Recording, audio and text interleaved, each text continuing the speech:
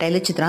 இப்போ ஒரு அளவு ப்ளவுஸில் பார்த்தீங்கன்னா மட்டமாக வந்து வெட்டியிருப்பாங்க ஃப்ரண்ட்டு பீஸு, இல்லைன்னா கொஞ்சம் மேலே ஏற்றி ஃப்ரண்ட்டில் எக்ஸ்ட்ராவும் கீழே இடுப்புக்கிட்ட வந்து கம்மியாகவும் சேர்த்து வெட்டியிருப்பாங்க.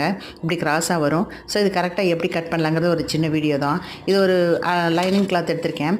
இப்போ இதில் வந்து ஷோல்ட்ரு ஃப்ரண்ட் நெக் எல்லாம் கட் பண்ணியாச்சு. இப்போ ஒரு அளவு ப்ளவுஸ் எடுத்துக்கலாம். இந்த வீடியோ பிடிச்சுன்னா ஃபஸ்ட்டு சப்ஸ்கிரைப் பண்ணிக்கோங்க. சப்ஸ்கிரைப் பண்ணாதவங்க சப்ஸ்கிரைப் பண்ணிக்கோங்க. சின்ன சின்ன டிப்ஸ் வந்து என்னோடய வீடியோவில் கிடைக்கும். ஓகேங்களா? இப்போ ஃப்ரண்ட் வந்து துணி எப்போவுமே நம்ம இழுக்கக்கூடாதுங்க. இழுக்காமல் அப்படியே வச்சு நம்ம மார்க் பண்ணிக்கலாம். பாருங்கள், மார்க் பண்ணியாச்சு. ஒரு தையலுக்கு ஒரு மாசு கொஞ்சம் விட்டுக்கலாங்க. விட்டுட்டு இப்போ இந்த ஹைட் வந்து 12.5 இன்ச் இருக்குதுன்னு வைங்க. இதுக்கு வந்து ஒரு கோடு போட்டுக்கலாம்.